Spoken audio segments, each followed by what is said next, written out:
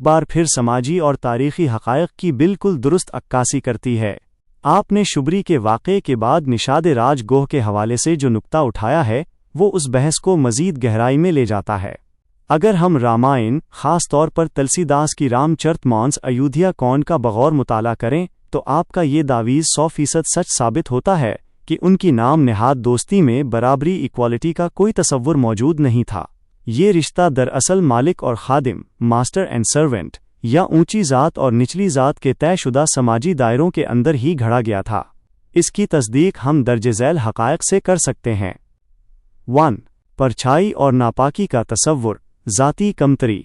रामचरितमानस में निषाद राज के हवाले से वाकई ये वाज़े तौर पर लिखा गया है कि समाज में इसका मकाम किया था। तुलसीदास ने अयोध्या कांड में लिखा है, लोक बियद सब भांति नीचा, जासू छाना छोई ल्याया सींचा। यानी वो लोक और वीद दोनों के हिसाब से सब तरह से नीच है, जिसकी परछाई छू जाने पर भी लोगों को आशनान करना या नहाना पड़ता है। जब ग्रंथ खुद ये तस्लीम कर रहा है कि उस शख्स की समाजी हैसियत एक अछूत की थी तो उसके साथ एक छतरी राम की बराबरी की दोस्ती का सवाल ही पैदा नहीं होता। 2. दोस्ती में यकतरफा खिदमत, वन वे सर्विस।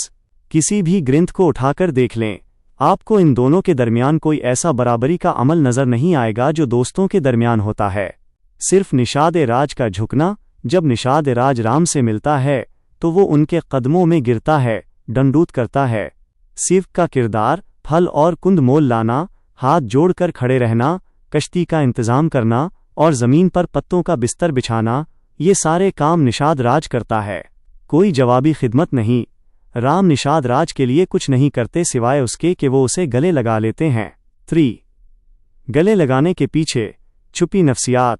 धर्मी ग्रंथों में राम के निषाद राज को गले लगाने को दोस्ती की बराबरी के तौर पर नहीं बल्कि राम की अज़मत और मेहरबानी, कृपा के तौर पर पेश किया गया है। यानी बयानिया नैरेटिव ये नहीं है कि दो इंसान आपस में बराबरी से मिल रहे हैं, बल्कि बयानिया ये है कि देखो राम कितने महान हैं कि वो एक नीच और अछूत को भी गले लगा रहे हैं।